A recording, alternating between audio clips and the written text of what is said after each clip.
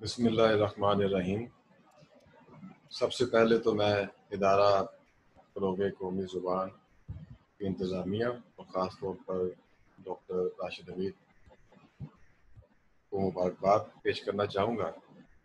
کہ انہوں نے اس اہم موضوع پر یہ تقریب منعقد کی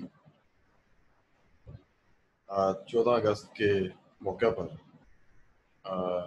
اس سوال کی اہمیت بہت مختلف ہو جاتی ہے کہ اردو ادب کا ماضی، حال اور مستقبل کیا رہا اور کیا ہوگا۔ آج ملکی سطح پر سیاسی، معاشی، سماجی حوالے سے جس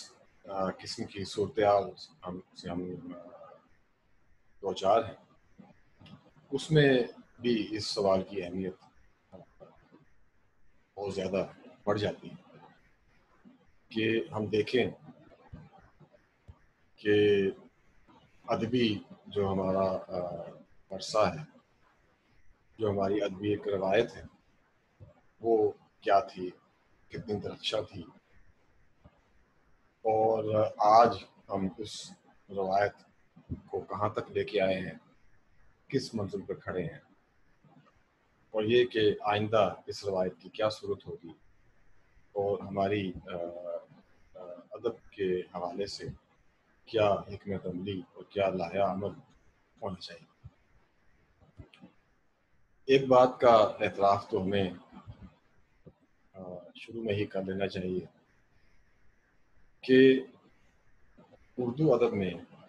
جسے ہم ایک گولڈن ایرا کہتے ہیں، سنہری زمانہ، سنہری دور، وہ اردو ادب میں آیا اور گزر گیا۔ اس گولڈن ایرا کے بعد اور مستقبل کے متوقع بہتر دور سے پہلے کا ایک جو وقفہ ہے، ہم وہاں موجود ہیں، اور ہمارے لیے یہ جاننا بہت ضروری ہے کہ ہم کہاں سے آئے اور ہم نے کہاں جانا ہے۔ یہ ایک ایسا سوال ہے کہ جو ہم نے ادب کے حوالے سے پوچھا، لیکن یہ آج ہمارے جو قومی ایک منظرنامہ ہے، اس میں ہر پہلو، ہر شعبے میں اس سوال کو پوچھا جانا چاہیے اور اس پہ غور کیا جانا چاہیے۔ یہ ایک پھیلا ہوا موضوع ہے، اور جب اس پہ بات ہوگی تو ہم مختلف حوالوں سے، مختلف اصناف کے حوالوں سے اس پہ بات ہوگی۔ میں ناول کے حوالے سے بہت مختصراً بات کرنا چاہوں گا۔ وہ بڑی اصناف اردو کی جن میں ادب لکھا گیا، اگر ہم ان کو شمار کریں تو وہ 4 ہی بنتی ہیں: غزل، نظم، افسانہ اور ناول۔ آج نظم کی جو صورت ہے اور افسانہ کی جو صورت ہے، وہ ہم نے مغربی ادب سے مستعار لی، اور کچھ ایسا ہی معاملہ اردو ناول کے حوالے سے بھی۔ لیکن یہ اتفاق ہے اور اس کی بھی وجوہات ہیں کہ ان چاروں میں ناول پر کام کچھ تاخیر سے شروع ہوئی۔ ناول کی روایت ان چاروں اصناف کی نسبت کم عمر، مختصر۔ پہلا ناول جسے عام طور پہ جس سے اردو ناول کی روایت کے آغاز کو مانا جاتا ہے، وہ امراؤ جان ادا ہے، اور وہ 19ویں صدی کے آخری سالوں میں وہ لکھا گیا اور چھپا۔ اس طرح دیکھا جائے تو اردو ناول کی روایت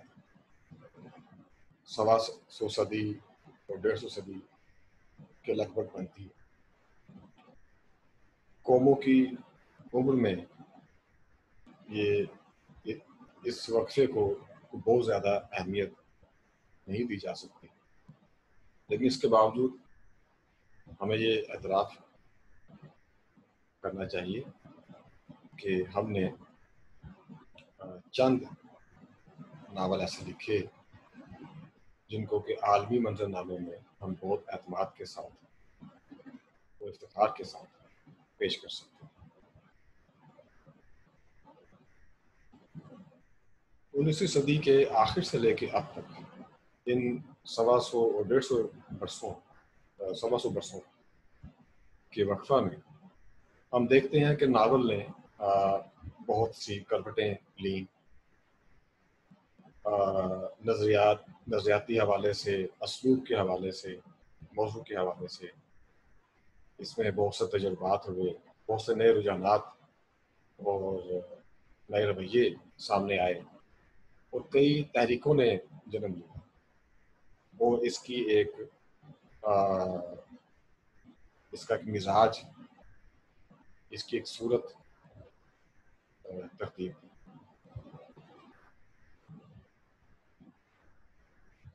لیکن وہ ایک قومی مشترکہ تجربہ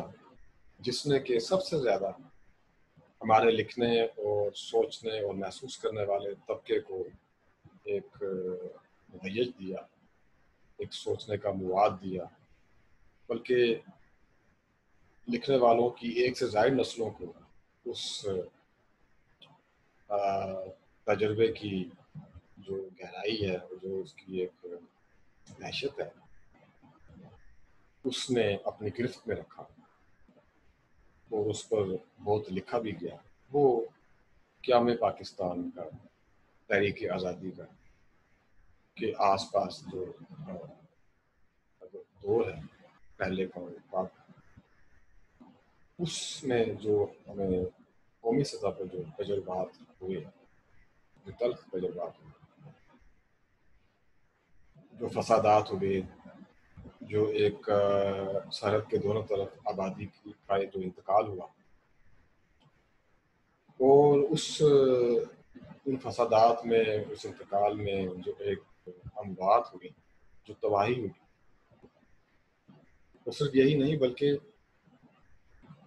اس ہجرت میں جو اکھاڑ پچھاڑ ہوئی اور لوگ اپنے اپنے ان جگہوں کو چھوڑ کر جہاں وہ نسلوں سے، صدیوں سے رہ رہے تھے،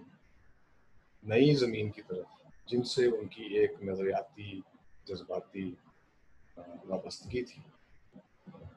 اس طرف گئے۔ بہرحال یہ ایک بہت بڑا جذباتی اور جسمانی اور روحانی تجربہ تھا جس نے ہمیں بطور ایک قومی سطح پر جھنجھوڑ کے رکھا اور ہم نے اس پر بہت لکھا۔ یہ بھی سچ ہے کہ اس میں جو سب سے زیادہ جس صنف میں مؤثر انداز میں اظہار ہوا وہ افسانے کی صنف ہے اور اس میں بھی منٹو کا نام سر فہرست ہے، لیکن ناول بھی اس میں اس حوالے سے اس موضوع کو بنیاد بنا کے لکھے گئے۔ ان کی فہرست بھی کافی طویل گنائی جا سکتی ہے، لیکن دو ناول فوری طور پر ذہن میں آتے ہیں، ایک گاس نسلنگ اور دوسرا آگ کا دریا۔ دونوں ہی کا موضوع قیام پاکستان اور اس تقسیم سے ہونے والے سیاسی سطح پر، ثقافتی، جذباتی، ذاتی سطح پر جو اثرات ہیں وہ ان ناول کا موضوع ہے۔ اور یہ بھی اتفاق کی بات ہے کہ دو مختلف پہلوؤں کو زیر بحث لاتے ہیں اور اس طرح مل کر ایک مکمل تصویر ہمارے سامنے، ایک مکمل جائزہ ان تمام واقعات کا، اس تمام مظہر کا ہمارے سامنے